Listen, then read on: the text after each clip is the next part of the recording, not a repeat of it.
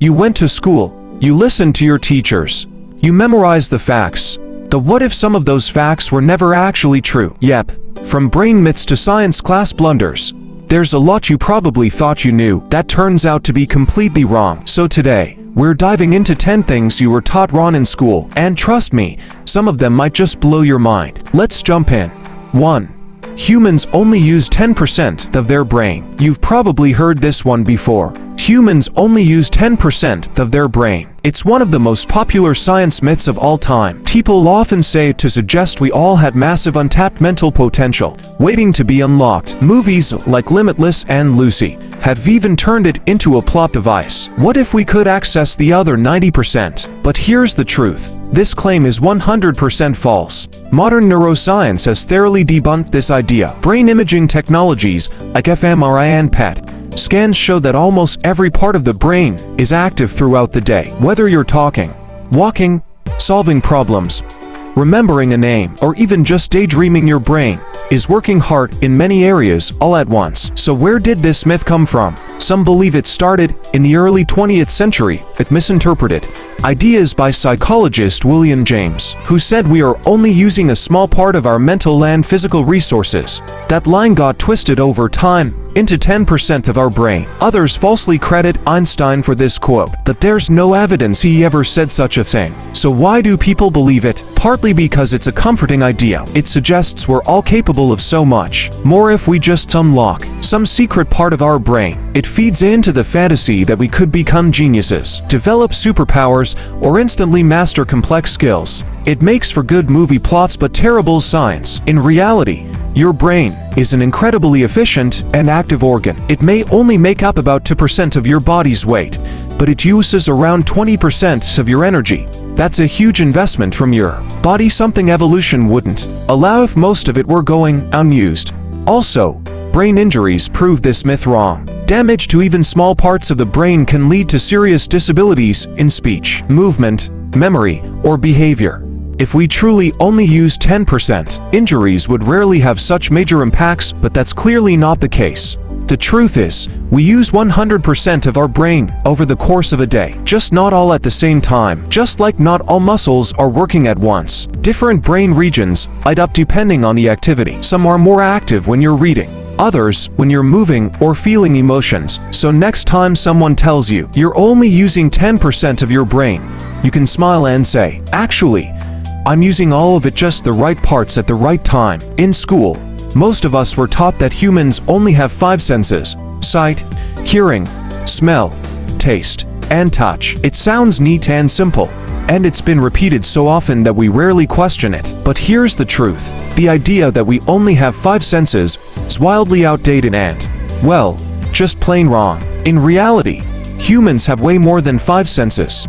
Depending on how you define a sense, scientists estimate that we have anywhere from 9 to over 20 different senses. Yep, you're more of a sensory superhero than you ever imagined. Let's start with one you probably take for granted: balance. Your ability to walk, run, or even stand upright without falling over is thanks to your vestibular system, located deep in your inner ear.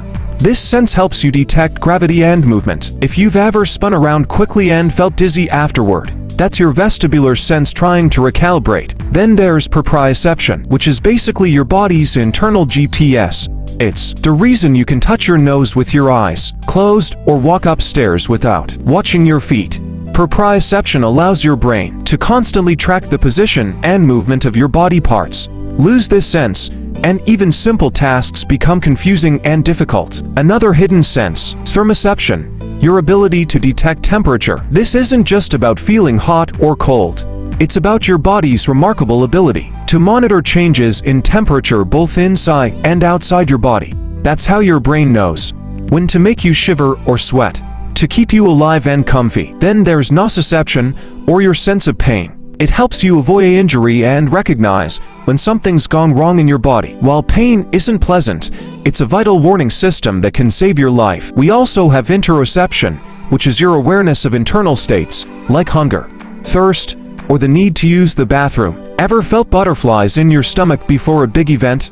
That's interoception in action. It's your mind reading your body's signals, and it plays a huge role in emotion and mental health. Some researchers even argue that we have senses dedicated to detecting magnetic fields like certain birds, air pressure, or the passage of time, though those are still being explored. So why do schools still teach the five senses myth? Mostly because it's easy to remember and explain to young children. But as science continues to evolve, it's time we gave our full sensory system the credit it deserves. Our bodies are way more complex and amazing than we're often led to believe. Next time someone says humans only have five senses, just smile and use your proprioception to give them a high five. 3. Water conducts electricity. But that's not the whole story. We've all heard it 100 times. Don't touch electrical appliances with wet hands. Or never drop electronics into the bathtub. And while those warnings are absolutely valid and could save your life, the science behind them might not be what you think. Here's the surprising truth: pure water doesn't conduct electricity. Yep, you heard that right. Water in its purest form, HO with no impurities, is actually a terrible conductor of electricity. In fact, ultra-pure water is used in certain laboratory settings precisely because it resists electrical current so well. So why is it so dangerous to mix water and electricity in everyday life? The answer lies in the stuff that's dissolved in the water, like salts, minerals, and other impurities. These dissolved ions are what carry electrical charge, not the water molecules themselves. Let's break it down a little further. Electricity flows when charged particles move through a medium. In metals, those charged particles are electrons. In water, they are usually ions, atoms, or molecules that have gained or lost electrons, giving them an electric charge. Table salt, NaCl, for example, dissolves in water to create sodium, Na, and chloride, Cl ions. These ions float freely in the water and can carry current from one point to another. That's why tap water, rainwater, pool water, and bath water are all great conductors, because they are loaded with impurities. Even sweat on your skin makes your wet hands more conductive. On the flip side, distilled water, which has been purified to remove most dissolved solids, is a very poor conductor. So poor, in fact, that it's often used to rinse sensitive electronic components during manufacturing. But don't get any funny ideas. Just because pure water is a poor conductor doesn't mean it's safe to play with electricity around water. Most water we encounter in daily life is far from pure, and even a tiny amount of salt or minerals is enough to make it dangerous. And let's be honest, how often do you find ultra-pure distilled water just lying around? Also, water doesn't just pose a shock risk, it can cause short circuits, damage electronics, or even start fires under the right conditions. The danger is very real, even if the science behind it is more nuanced than what we were taught in school. So yes, while your 5th grade science textbook told you that water conducts electricity, it left out an important detail. It's the stuff in the water that's doing the conducting. Think of it like a sports car. The water is the highway, but the salts and ions are the actual drivers. Bottom line, don't test this at home. Whether it's pure or not, it's still best to keep electronics far away from water. It's not worth finding out the hard way that your bathtub isn't as science lab clean as you thought. 4. There are only 3 states of matter. Think again. Back in school, we were all taught the same simple list: solid, liquid, and gas. 3 neat little categories that everything in the universe supposedly fits into: ice, solid, water, liquid, steam, gas. Easy, right? Well, not quite. Welcome to the weirder, much cooler side of science, because in reality, those are just the beginning. Scientists today recognize at least 5 classical states of matter. And honestly, the universe doesn't like to be boxed into such basic categories. Let's start with one you may have heard of: plasma. Plasma is often called the 4th state of matter, and it's arguably the most common one in the entire universe, though you rarely see it here on Earth. Plasma is what happens when gas gets so hot that its atoms start to break apart, and electrons fly free from their nuclei. The result: a super-energized, electrically charged superparticles. You've seen plasma before. In lightning, neon signs, and even the sun. In fact, stars are just massive, glowing balls of plasma. So the next time you look up at the sky, remember, solids, liquids, and gases didn't get us that. Now let's get even stranger. Ever heard of a Bose-Einstein condensate, discovered in 1995? This bizarre state of matter only forms under conditions so cold they're nearly absolute zero. That's minus 273.15 degrees Celsius, the lowest temperature possible. At that point, individual atoms lose their identity and behave as a single, quantum entity. Basically, they all start acting like one giant superatom. Yeah. It's science fiction come to life. Bose-Einstein condensate species are useful for studying quantum mechanics.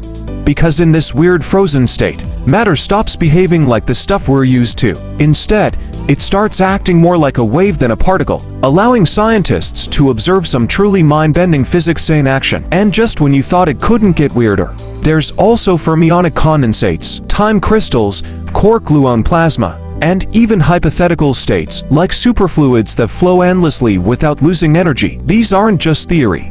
Many of them have been observed in controlled lab settings. So really, we're not talking about 3 states of matter anymore. We're talking about a whole spectrum. So why were we only taught about 3? Simple.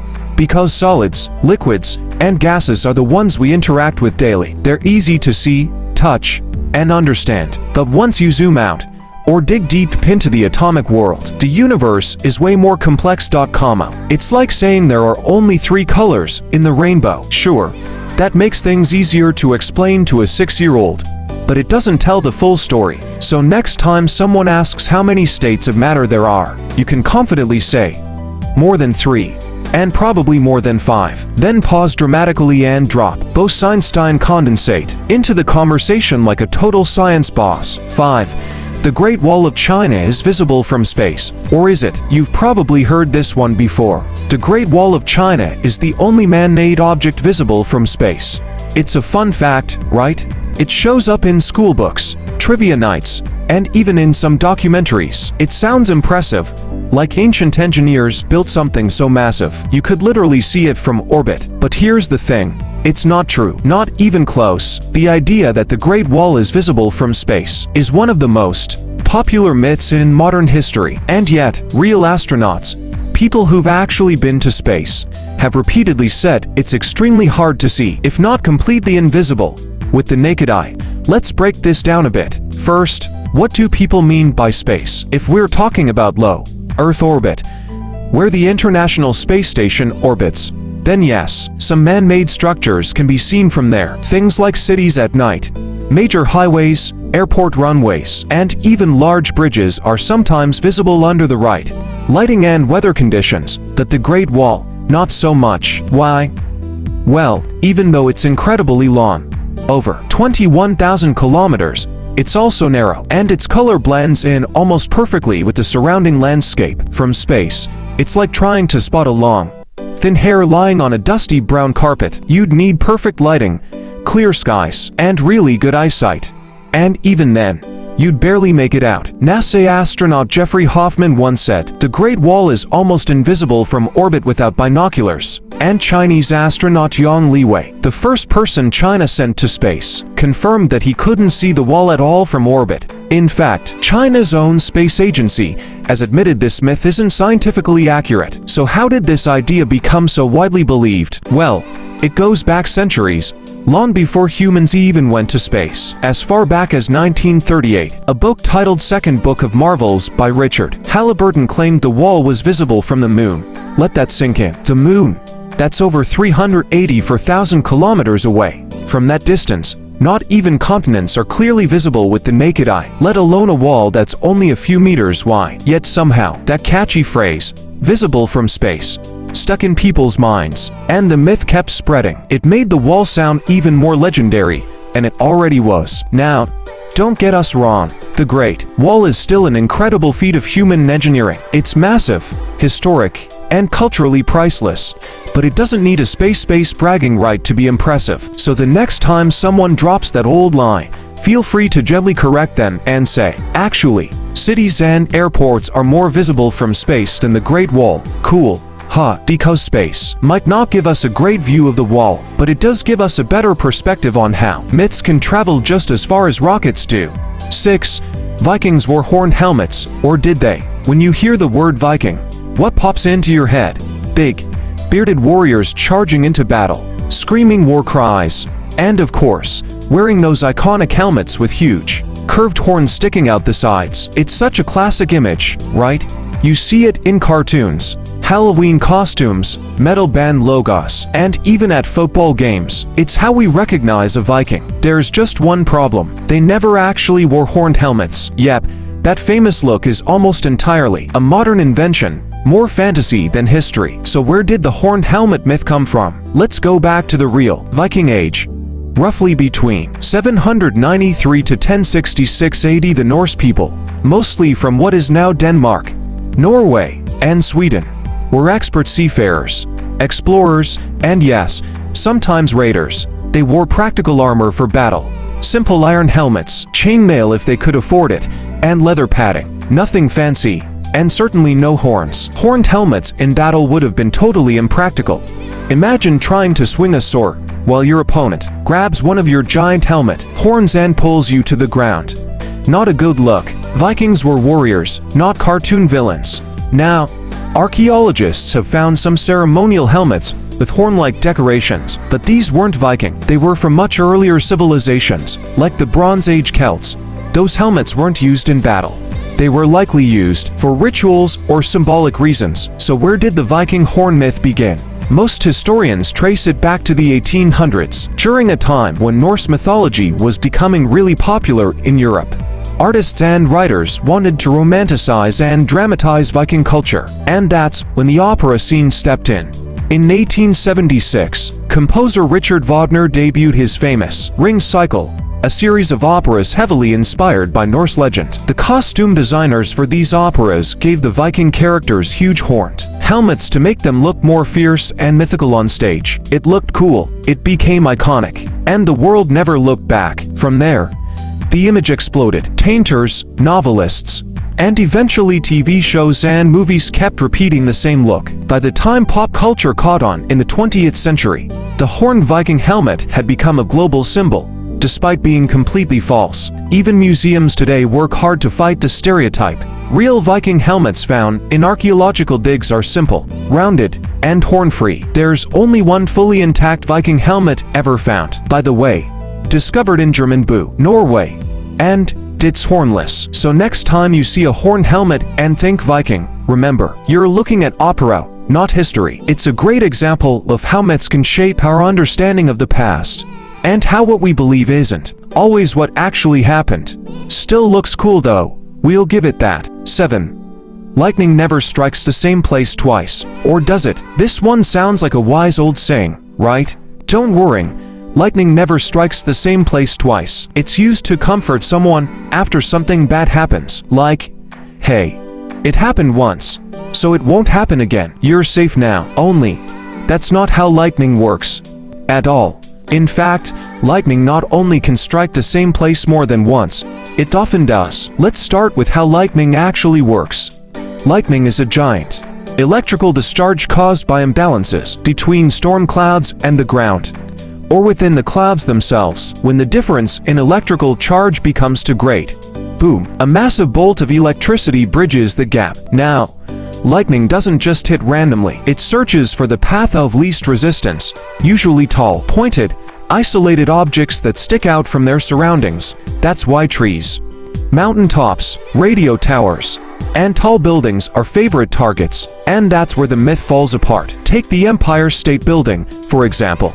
It gets struck by lightning about 20 to 25 times a year. Not just once, but dozens of times annually. And it's not alone. Other tall buildings, like the CN Tower in Toronto or One World Trade Center in New York, are also repeat lightning magnets. Nature doesn't keep a checklist. It doesn't say, oops, I already hit this tree once back in 2008.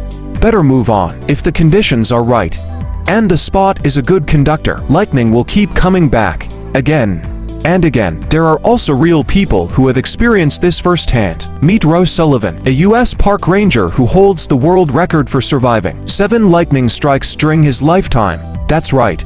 Lightning struck him 7 times and he lived to tell the tale. So much for it won't happen twice. So where did the myth come from? Most likely, it was never meant to be taken literally. It was originally used more as a metaphor, to say that bad luck rarely strikes the same person twice. But somewhere along the way, it started being misunderstood as a fact of nature. It's a nice thought, just not scientifically accurate. So, what's the real takeaway here?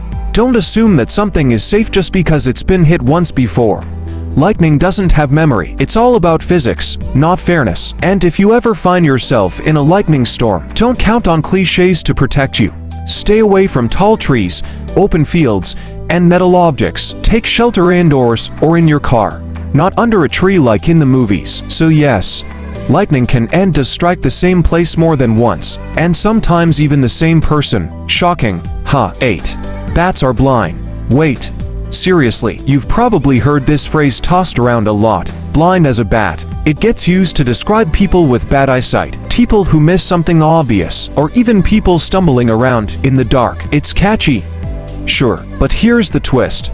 Bats are not blind, not even close. Let's break it down. There are over 1,400 species of bats in the world, from the tiny bumblebee bat to the giant flying fox with a wingspan over 5 feet. And guess what? All of them have eyes. All of them can see. Some even see better than humans in certain conditions. So where did this myth come from? Well, most bats are nocturnal, meaning they're active at night. Humans aren't exactly great in the dark, so we assume anything that operates in pitch black must be blind. But bats don't rely only on their eyes. They use something way cooler. Echolocation. Echolocation is like built-in sonar. Bats emit high-pitched sounds that bounce off objects and return as echoes. By listening to those echoes, they can see their surroundings in sound. It's how they navigate tight spaces, dodge tree branches mid-flight, and catch tiny insects in complete darkness, all while zooming at full speed. But here's the key detail people often miss. Echolocation is a bonus, not a replacement. Many bats still use their vision, especially fruit bats and other species that are active during dusk or dawn. Some bats even have excellent low-light vision. In fact, fruit bats or flying foxes don't use echolocation at all. They rely entirely on their sharp eyes and keen sense of smell to find food. In some experiments, researchers even found that certain bats can detect ultraviolet UV light, which humans can't. That means their night vision might actually be better than ours in certain situations. So, no, bats aren't blind. The saying is not just wrong, it's kind of unfair to bats. Imagine being the animal that inspired Batman, one of the coolest superheroes ever, and still having people think you're stumbling around like Mr. Magoo. Not cool. Also, here's a fun fact. The myth blind as a bat dates back centuries, long before science really got into studying how animals work. Back then, people made up explanations for things they didn't understand. And once a phrase catches on, it tends to stick, even if it's totally inaccurate. So the next time someone says, "I'm blind as a bat," you can respond with, "Actually, bats can see just fine. It's you who needs glasses." Give some respect to the bat community. They're smart, fast, and have vision sharper than you think. Literally. 9. Einstein failed math. Or did he? If you've ever struggled in school and comforted yourself with the classic line, "Hey, even Einstein failed math," well, sorry to burst your bubble, he absolutely didn't. This is one of the most persistent education myths ever. The idea that the greatest scientific genius of the 20th century once flunked math sounds inspiring, right? Like, if he failed and still changed the world, maybe we can too. Unfortunately, it's totally false. Let's rewind a bit. Albert Einstein was born in 1879 in Germany. From a young age, he showed a deep curiosity about how things worked. He was quiet, introspective, and often lost in thought. But when it came to math and science, he wasn't just good. He was way ahead of his time. At the age of 12, Einstein was already diving into algebra and calculus. By 15, he had mastered differential equations, the kind of stuff that makes most college students sweat. He even taught himself geometry before his teachers did. When he applied to the Swiss Federal Polytechnic School at 16, he actually aced the math and physics portions of the entrance exam. The only reason he didn't get in right away He failed the language part. His French wasn't great. So where did the myth come from? Well, it likely started with a misinterpretation of his report cards. You see, back then, Swiss schools graded students on a scale where 1 was the best score and 6 was the worst. Basically, the opposite of many modern systems. Someone, somewhere, looked at a report card showing Einstein had 1 South in math and thought, wow, he got terrible grades, when actually, he was at the top of his class. The rumor gained even more traction when Time magazine once quoted him joking, "I never failed in mathematics. Before I was 15. I had mastered differential and integral calculus," but by then, the myth had already spread like wildfire. So why do we love this myth so much? Because it gives hope. It makes us feel like genius doesn't require perfection, that even the smartest people mess up. And while that is true in many cases, this one just doesn't hold up. Einstein might have been bad at organizing his socks, but math was never his weakness. Here's the lesson. We don't need to invent flaws in geniuses to make them relatable. Einstein had plenty of real human quirks. He was forgetful, sometimes absent-minded, and even struggled to find a teaching job at first. But in math, the guy was a beast. So next time someone says Einstein failed math, so I'm fine, you might want to correct them gently and say, actually, he crushed it. But hey, you can still be awesome in your own way. 10. Chameleons change color to blend in. Not really. It's one of those facts that everyone seems to know. Chameleons change their color to match their surroundings, like little lizards playing hide and seek with the environment. Sounds cool, right? The only problem, it's not really true. Yes, chameleons do change colors, but the real reason isn't to blend in, at least, not most of the time. In reality, chameleons use color change primarily to communicate and to regulate their body temperature. Let's break that down.